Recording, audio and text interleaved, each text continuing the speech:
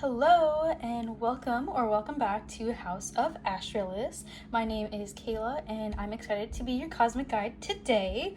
This will be a Saturn in Aries tarot spread. Aries stationed in Saturn starting on Saturday the 25th. And I know it'll kind of regress a little bit before it fully sets into Saturn, but I did want to give a cool little spread here for some insights regarding that. I had made a previous video on the Gemini new moon spread and I had used some excerpt from this ritual workbook, and again, they're not sponsoring me, but I did want to read a little bit about this. I'm not an official astrologer. I dabble and I love it. I just don't come to me for all your astrological needs, please, because I am learning as well. But they did a cool little page on that as well, so I wanted to read a little excerpt from that. Not too much because this is a whole page, but I'll read this little part right here. Saturn's energy into Aries invites us to approach our goals with a blend of boldness and careful planning. While Aries thrives on impulsive action and pioneering spirit, Saturn's influence demands patience, perseverance, and accountability. This is a time to temper impulsivity with strategy, ensuring that risks are taken thoughtfully and with a clear plan for long-term growth. I will leave this here if you want to pause and read the rest. I do mark up my stuff, so ignore the pen lines, please. But I did want to read this part. So I did read some of this from the new moon stuff, but I didn't add this part. Saturn-Neptune conjunction in Aries is a rare and powerful alignment that blends discipline with dreams. Saturn brings structure and focus, while Neptune adds a visionary and imaginative quality, creating an atmosphere where grounded action meets inspired ambition. In Aries, this conjunction amplifies a pioneering spirit, encouraging bold steps toward building something meaningful that aligns with your ideals. However, this energy may also challenge you to reconcile practicality with lofty aspirations, requiring patience and persistence to turn dreams into reality. So, with that being said, we have four different decks here. These two are tarot, this is numerology, and this is an oracle deck. I will mainly be using this deck. I will bring in some of this, but I will have to shuffle and come back. This deck is a little not YouTube friendly, so I do have to shuffle first and make sure I don't have to cover anything, and then I will go ahead and get into it. So I will see you soon. Alrighty, we are back. All of these cards are good. I don't have to cover up any of them, which is great. So first question, or rather first card, what is an anchor for you during this transit? We've got the Lovers. So with this, talks about the unity within yourself, your opposites, the yin, the yang, the knowledge, the passion, just a whole bunch of stuff here. So really knowing who you are. Maybe this is a time for those of you going through your Saturn return. This is going to be a time where things kind of change and you need to really anchor in, like, who am I? And you can change for sure, but there's an inner knowing, a deeper knowing within yourself. Like, how do I unify all parts of me? Who am I? I keep getting drawn back to that question. Who am I? And again, we are creatures who change, and that's okay, but maybe there's some form of us who really stays consistent, right? And just knowing who you are and maybe what you're not going to deal with. Again, the opposites, the unity, maybe other people, because this is the Lovers, and although this isn't necessarily talking about partnerships, but knowing that you're not alone. You got this divine spirit on your side as well. You got other people and yourself. So just making sure that you are okay with yourself, I want to say. And I did pull numerology because for two questions, and I will do another one at the end. But yeah, intuition. And this is, yeah, again, who are you? This is your anchor. Being able to unify yourself and really get down to the bottom of either who you are or, yeah, I trust myself. I trust my intuition. I trust myself and know that I am intuitive and I can become this way. So that's your anchor. knowing that you are intuitive. You've got this. You can alchemize and you can unify yourself. 2, again, yeah, the 2, double 2, 22, and then 2 here. Okay. The Lovers is 6, but I'm talking about the 2 people. So where do you need more structure? We've got the 3 of Cups, and this card, when it comes out, for me specifically, it's spirit. It's spirit coming out saying, hey, I'm here. So with that, maybe you need more structure in your spirituality, your intuition, right? Although they're not mutually exclusive, they do tie into each other. So if you want to cultivate your intuition, if you want to alchemize yourself, maybe getting into your spirituality here. But regardless, this is the 3rd house, Gemini, and this talks about the emotion card. Do you need more fulfilling relationships? Are you in friendships, or again, relationships in general, where you're not able to really live the life you want? And maybe intuitively, you know that there's something missing. You need something else. So maybe making sure that you're clocking what isn't working for you so that you can provide structure in these relationships and these groups that you are in. And then where do you need more flexibility? We've got the 5 of Swords here. And with that, maybe, again, tying back to your friend groups or the groups that you're in, do you think everybody's out to get you? Do you think nobody has your back here? Do you think you're all alone? Maybe changing your mindset and thinking, just because they maybe said something mean to me today doesn't mean they're out to get me. Or being so paranoid. That's kind of what I get with this card, is lots of paranoia. And of course, protect your boundaries.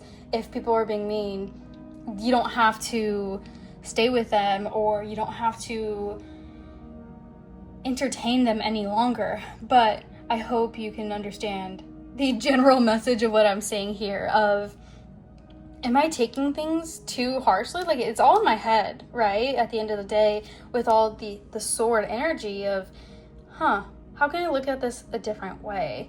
Again, I'm not alone. No one's alone in any of these 3 cards here. And 4th question, where do you need to have more patience? We got the Queen of Wands. And again, I'm drawn back to the spirituality side of things here.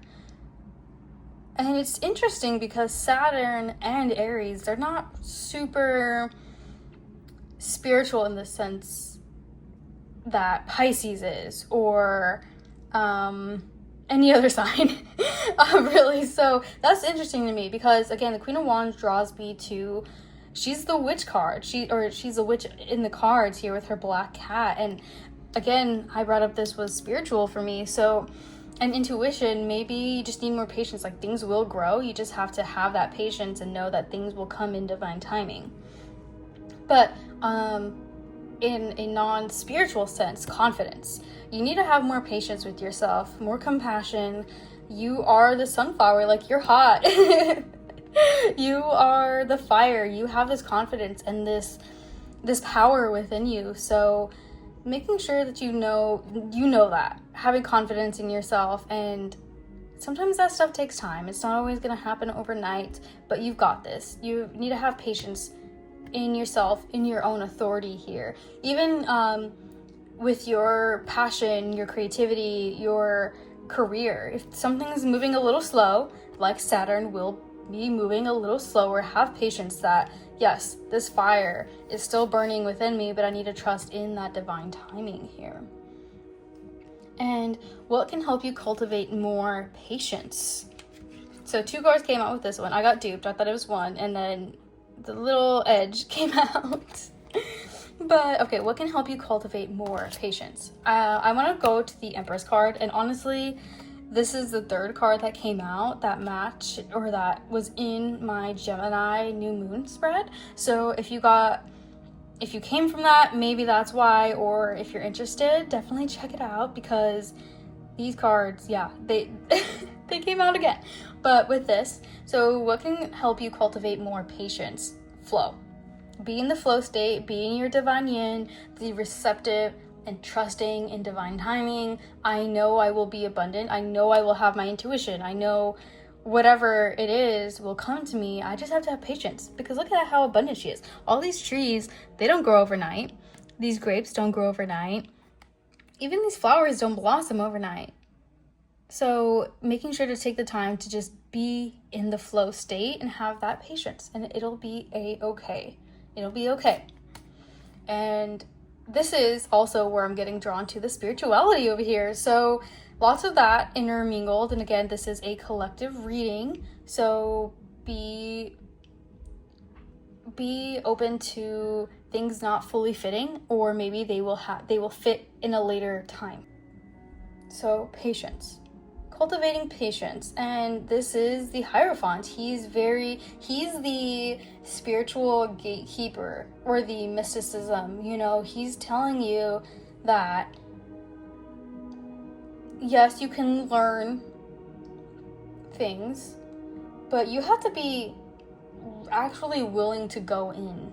You have to be willing to put in the work and willing to dive deeper. Learning isn't enough. He wants to initiate you, and he doesn't want anything half full, I should say. So with that, it's gonna take time. He's not gonna let you in overnight.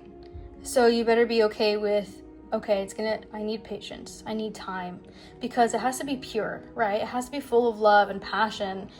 And you have to be really willing for this to happen. So whether this is contacting a mentor, whether this is speaking more with spirit, just having more patience and knowing I can get here, it's just going to take time. I have to be at peace with that. You just have to make peace with that.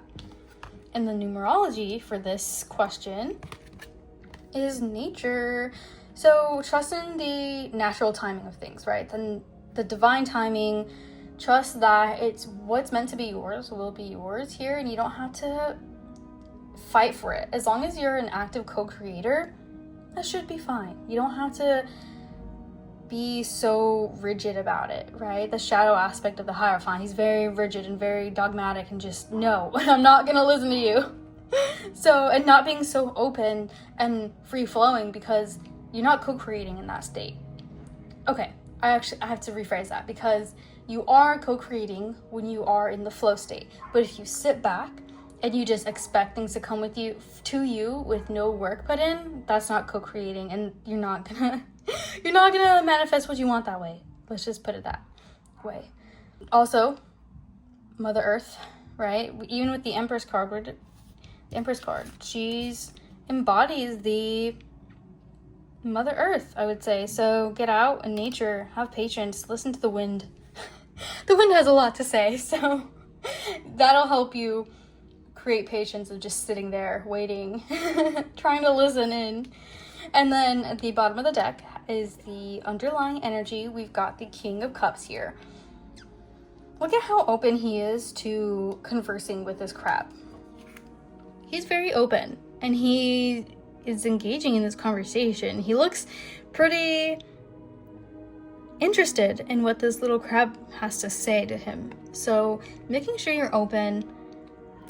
And the water, right? The water is going to flow a little slow.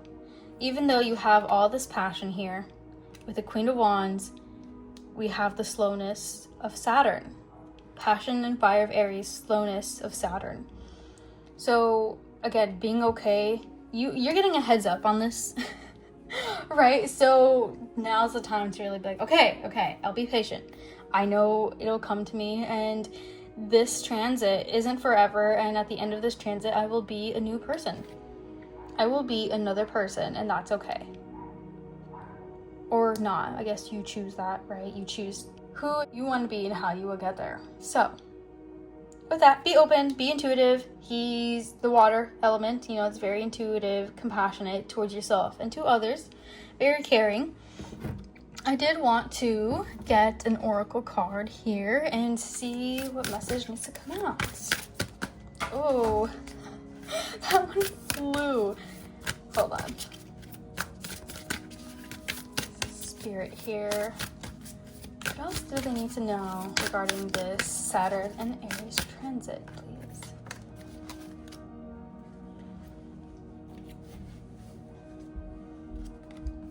Okay.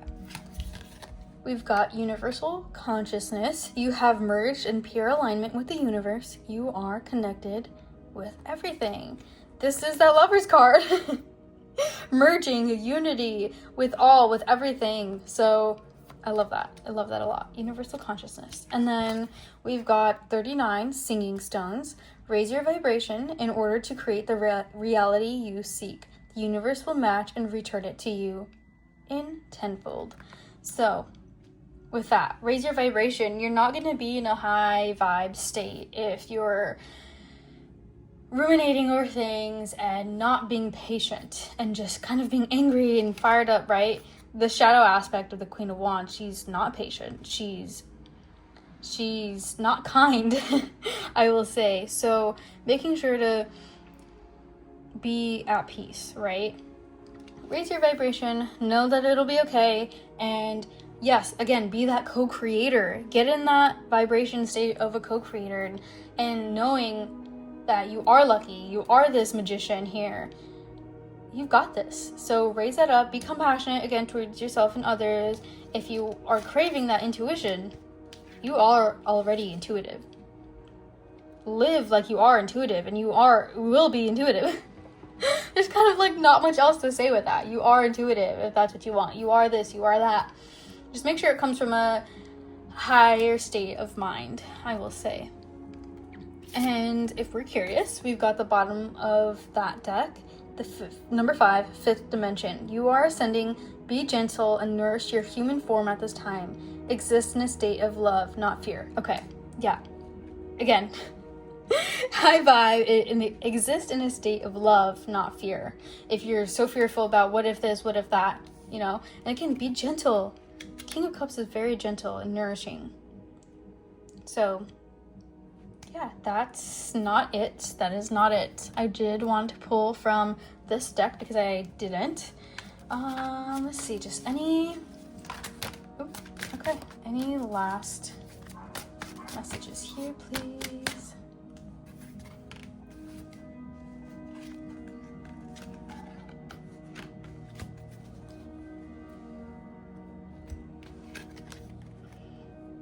You've got the 4 of Wands and the 10 of Coins. Okay, again, if you came from the Gemini new moon spread, this is your energy here. If you're interested, go for it. This is another card that came out. Same, let me get a last message, and this came out for that. But we've got, okay, 4 of Wands, so that's the happy ending. Again, at the end of this transit, during this transit, whenever you see this, doesn't matter, you will achieve it. You will achieve what you're looking for, that stability, that intuition, the spiritual connectedness. You will achieve what you want. You will achieve who you want to be. And again, it's okay if things change in the middle of that, because we are humans and we can change our minds. But just know that it'll be for your highest and best good, right? Just trust in that. Trust that you will be completing a cycle. And oh yeah, look, this the bottom of the deck.